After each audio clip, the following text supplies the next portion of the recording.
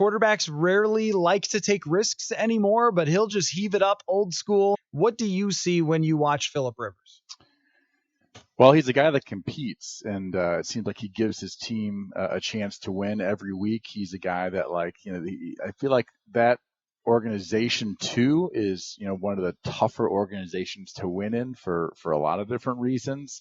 Whether it's just the way they don't probably spend enough money on scouting and that all that type of stuff. It just seems like they don't have enough good players. They're not great with drafts for the most part.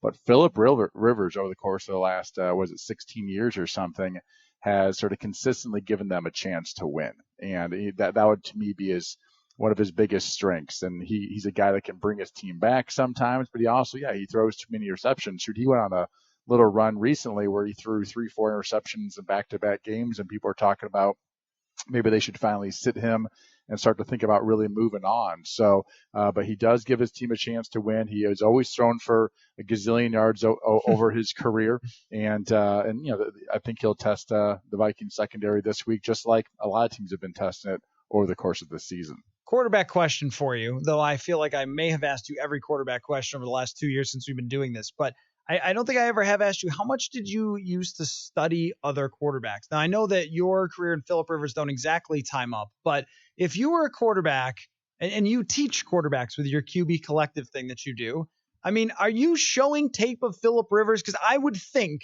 that Kirk Cousins would be more of a guy that you would show tape of, like his technique for throwing the ball is really good. He seems to get to the right reads and things like that. And Rivers always has this sort of not really traditional kind of make something work, throw it at a weird angle, that type of thing that has, as a football watcher, always attracted me to Phillip Rivers, always made me want to root for him. I just always enjoy quarterbacks that don't play the same way that you're kind of supposed to, if that makes sense to you. Yeah, it's a real surprise that you like the unorthodox guy. Right.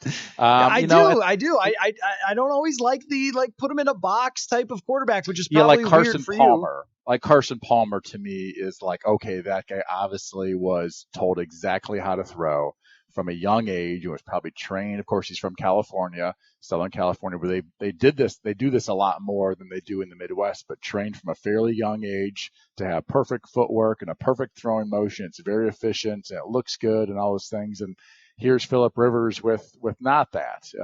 Unorthodox throwing motion, but it's sort of like hitting a baseball.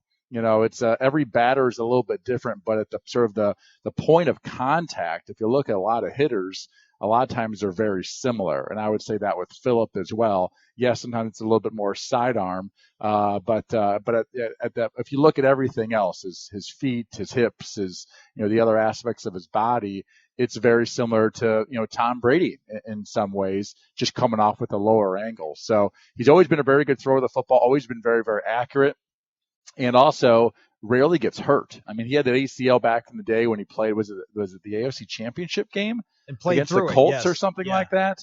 In the playoffs. But other than that, he has played more often than not over this long stretch here. And that's a testament too. He's a big, strong guy. People don't realize how big he is. Peyton Manning was a big guy. I one time was out in Southern California, out in San Diego training. It was like July, sort of before training camp. I went out there for a week, and he's a guy that can go over to the dumbbells, the individual dumbbells, and go about 150 a piece on those things for 3 sets of 8 or whatever, 6 on the bench press. I mean, same.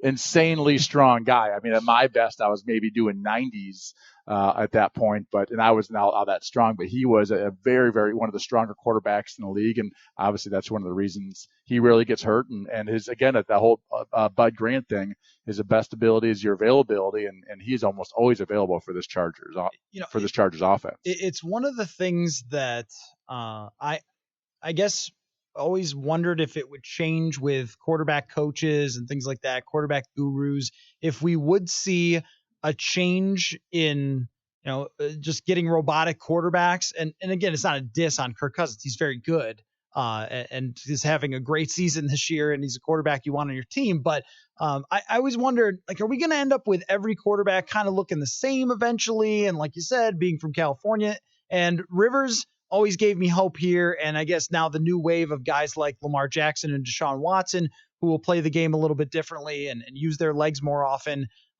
make it that as well. And I always thought, Sage, even though Mike Zimmer commented on Rivers' arm strength, that it was one of the things where if you were trying to learn how to scout quarterbacks, the one thing you would look at Philip Rivers for is the anticipation, where his guy won't even be open. He won't be out of his break yet, and Rivers will throw it. And when you look at it on the coach's tape from behind him, like, what did he see there to know to throw it to that spot? And that's always blown my mind. Is that just like his brain works better at this than yours does type of thing? Because he's one of the best at that.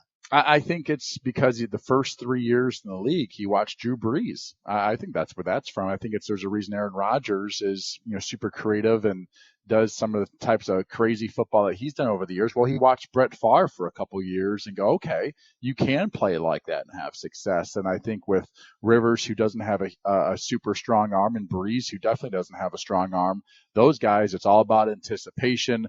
It's all about truly understanding the fine details of defense, and then obviously different coverages and where the holes are and where your guys are going to be, but then the accuracy. Anticipation is a lot of things. It's footwork, it's accuracy, and that's where he's very, very good at that without having an absolute cannon. A lot of times he just sort of floats the ball out there, but he throws it early. But it's on time, and it's a lot of times it's out as you said, it's out before the receiver comes out of his break. So he's been doing it a long time, and we were talking about that throwing motion thing, by the way.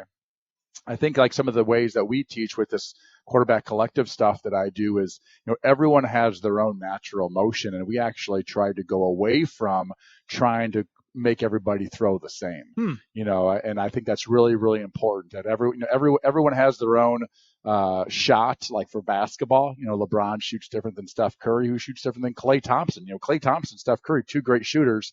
They don't shoot the exact same. So everyone has a different body, and everyone's angles are different with their arms and their shoulders and their upper body and their lower body. And so everyone's going to have their own sort of natural motion. What we try to do is sort of chisel that, I guess, sort of cut off maybe a little bit of the waist, or maybe a bit of a ball drop, or something on your left side, as we like to say, with your left arm and your left shoulder. Where's that? And the location of that. But we definitely try not to put everybody sort of into one box, because everyone has their own natural throwing motion. And obviously Rivers has had this long career with a very unique throwing motion. So I was listening to Dan Le Batard this morning, and he was kind of going off about quarterbacks and how we don't know how to figure out whether they're good or not until we have a massive sample. And then there's still even debates that we have constantly, which I think makes the sport really fun, because even if you're not super knowledgeable about whether it's cover 4 or whatever, man to man, you could still watch and have opinions on football, because you can always just focus on the guy with the ball in his hands all the time. But I thought it was a really interesting point, because some of his co-hosts were talking about how Drew Lock looks really, really good. And we've seen lots of quarterbacks look good for a game, and then we don't know even for a season. You mentioned earlier that you loved a bunch of stuff that Kyle Allen did, and then right after that, he fell apart, right? Yeah. And I'm not. Well, I saw that one game versus Green Bay. I'm like, man, this kid is out here competing. Yeah, I wouldn't go back to Cam Newton either. And then he's sort of fallen apart the last couple of weeks. And you played in the damn NFL. Like it really is. It really is fascinating, though. So when we're trying to decide who is good, who is not good, when we're trying to project, when we're looking at guys in college, we're looking at guys who they draft and bring in and they play early in their careers. And there is a bigger point that I'm going to get to eventually with this. But I still think no matter how many analytics we have and data and everything else, all the data pointed to Baker Mayfield being amazing. But the thing that we missed with him is that he's a D-bag, right? Like, so, I mean, some of us missed that, isn't it? I will say I have receipts. I did not miss that. He was not my favorite guy. Lamar Jackson was my favorite guy. I'm a genius. Everyone else is dumb. No, I'm just kidding. But I've gotten plenty wrong. I thought Manziel, though, and he also had the bag issue. But I thought Manziel would be great. Like, oh, this guy runs around, and look at this arm strength and athleticism. He'll be great. And we get it wrong all the time. So I guess I'm thinking about this recently quite a bit about how do we figure out in 2019 who is good at playing quarterback? Well, I think that's the hardest thing to judge many times is there's a lot of aspects of quarterback, and I love the Twitter conversation that talks about is winning a quarterback stat, because it's like it shouldn't be, but it does matter. Like Tim Tebow was not a very good quarterback, but I tell you what, he won a lot of football games in college. Don't tell the University of Florida that wins don't matter, for the quarterback, right? Winning sort of everything for the quarterback in a lot of ways, but um, I think there's so many things that go into, is this guy going to be good or not? And, that's the problem with the combine, these private workouts is, everyone usually looks pretty dang good in those things. And they'll say, yeah, he threw 68 balls and, only 2 hit the ground. And, oh man, look at this. But, obviously it's nothing like playing an NFL game in front of 75,000 people on the road and, this, that, and the other, and the blitz is coming after you. Those private workouts, all that stuff is, completely gone to waste, right? So it's hard. It's a hard position to judge.